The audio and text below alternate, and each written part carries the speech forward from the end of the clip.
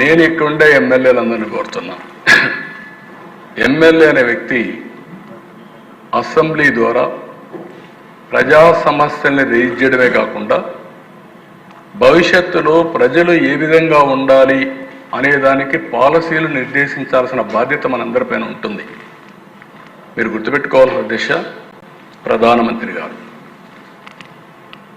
11 ఏళ్లలో 10వ largest economy నుంచి 3వ లార్జెస్ట్ ఎకానమీకి తీసుకొస్తారు. ఇప్పుడు 4వ లార్జెస్ట్, రేపు 3వ లార్జెస్ట్కి వస్తారు.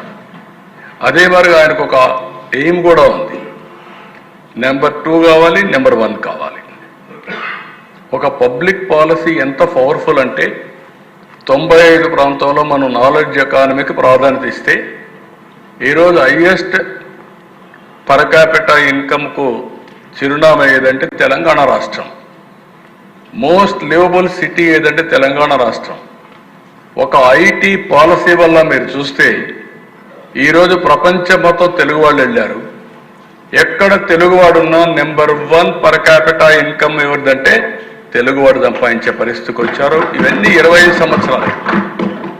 అలాంటి రిఫార్మ్స్ తీసుకొస్తే తప్ప మనం ఇది సాధించలేము. ఆ రోజు కూడా నన్ను ఎగతాళి చేశారు, చాలామంది ఎగతాళి చేశారు. ఐటీ తిండి పెడుతుందా, ఐటీ ఎందుకు అని ఇది చేశారు. అప్పుడు ఇంజనీరింగ్ కాలేజ్ చేసి ఇంజనీరింగ్ కాలేజ్ ఎందుకు చేస్తావు, ప్రైవేట్ కాలేజ్ ఎందుకు పెట్టాలి, గవర్నమెంటే పెట్టచ్చు కదా, ఇవన్నీ కూడా విమర్శలు వచ్చాయి. ఆ విమర్శలకు నేను కానీ భయపడి ఉంటే ఈరోజు హైదరాబాద్ నమూనా ఉండేది కాదు, తెలుగువాడు ప్రపంచం మొత్తం రాణించేవాడు కాదు. అందుకే ఇలాంటి రిఫార్మ్ని స్వాగతించాలి, లేకుంటే అర్థం చేసుకోవడానికన్నా ప్రయత్నం చేయాలి. ఈ రెండు లేకుండా పోవడం బాధాకరం. ఇక్కడే ఎమ్మెల్యేస్ అందరినీ కోరుతున్నా, మీరు గుర్తుపెట్టుకోవాల్సింది assembly is a learning centre. కొత్తగా వచ్చిన ఎమ్మెల్యేలు ఎక్కువ సమయం కూర్చోవాలి. ఈరోజు బీఏసీలో కూడా ఒకటి రిక్వెస్ట్ చేసి ఒక నిర్ణయం, ఉదయం 10 to 5, 1 to 2 lunch break, 2 to 5 మళ్ళా సమావేశం అవుతాం. ఈ 6 గంటలు మనసు పెట్టి మీరు ఇక్కడ కూర్చోవాలి, లోపల కూర్చోవాలి, సమస్యలు అర్థం చేసుకోవాలి. మంత్రులు కూడా బాధ్యతగా లోపల ఉండాలి. అదే సమయంలో ఆఫీసర్లు కూడా ఈ గ్యాలరీలో ఉండాలి. ఆ సబ్జెక్ట్ వచ్చినప్పుడు ఆఫీసర్లు కంపల్సరీగా ఉండాలి, బాధ్యతగా మనందరం ప్రవర్తించాలి. ఈ అసెంబ్లీ ఇక్కడుండే 175 మంది కోసం కాదు, 5 కోట్ల భవిష్యత్తు కోసం, వాళ్ళ సమస్యల్ని పరిష్కారం చేయడం కోసం, అనునిత్యం వాళ్ళ గురించి ఆలోచించే వేదిక. నేను ఒకటే చెప్తున్నా, చట్టసభలు అనేటివి పవిత్రమైన దేవాలయాలు. ఈడ తీసుకునే నిర్ణయాలన్నీ ప్రజాహితం కోసం తీసుకునే నిర్ణయాలు. మన దేవాలయానికో, చర్చికో, లేకుంటే మసీదుకి ప్రార్థనలు చేస్తాం, నమ్మకం. కానీ ఇక్కడ మనం చేస్తే అది వాస్తవం, ప్రజల జీవితాల్లో మార్పు వస్తుంది. అలాంటి పవిత్రమైన ఈ దేవాలయంలో నేను చాలా విషయాలు చూశాను అధ్యక్ష.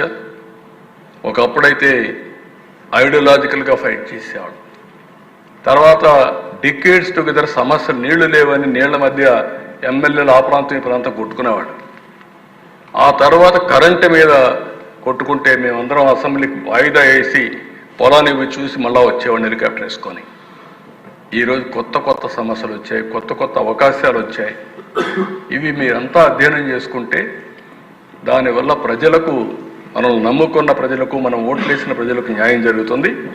అందుకే ఈ జిఎస్టీ కూడా మీరందరూ స్టడీ చేయాలి.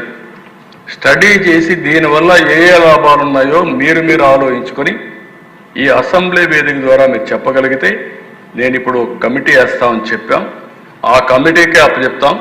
ఈ క్యాంపెయిన్ చేయడమే కాదు, ప్రజల మనోభావాల అనుగుణంగా రాష్ట్ర ప్రభుత్వం 100 రోజుల్లో మనమేమేమి మార్పులు తేగలుగుతామో, ఏమేమి రిఫార్మ్స్ తేగలుగుతామో ఆ రిఫార్మ్స్ అన్ని తీసుకొస్తానని మరొకసారి మీ అందరికీ తెలియజేసుకుంటూ, నా ఆశ ఒకటే, 15% గ్రోత్ రేట్ రావాలి. భారతదేశం ప్రపంచంలో నెంబర్ 1 ఉంటే ఆంధ్రప్రదేశ్ రాష్ట్రం భారతదేశంలో నెంబర్ 1గా ఉండాలి, ప్రపంచంలోనే అగ్ర జాతిగా తెలుగుదేశం ఉండాలన్న కోరిక. ఇది సాధ్యం కావాలంటే మనందరం సమిష్టిగా ఆలోచించి రేపు జరగబోయే పని ఈ రోజే మనం చేయగలిగితేనే జరుగుతాయి. దయచేసి అందరూ సహకరించాల్సిందిగా నేను కోరుకుంటూ మరొకసారి అధ్యక్ష, నేను చాలా విషయాలు చాలాసార్లు చూశాను. Today it is a wonderful day, historical day. ఎందుకంటే దీన్ని విజువలైజ్ చేయగలిగిన వాళ్ళకి అర్థమవుతుంది. లేకపోతే విజువలైజ్ చేయలేకపోతే మామూలుగా జిఎస్టీ వస్తే నాకేం వచ్చింది అనుకుంటే మనం ఇక్కడే ఉంటాం. ఇది ఒక వ్యక్తికి కాదు, ఒక దేశాన్ని, నెక్స్ట్ జనరేషన్ని ముందుకు తీసుకుపోయే రిఫార్మ్ ఇది. ఇలాంటివి ఇంకా మనం కొన్ని తేవాల్సిన అవసరం ఉంది. ఇవి తెస్తే మాత్రం ఈ దేశం నాకు ఏమాత్రం అనలేదు.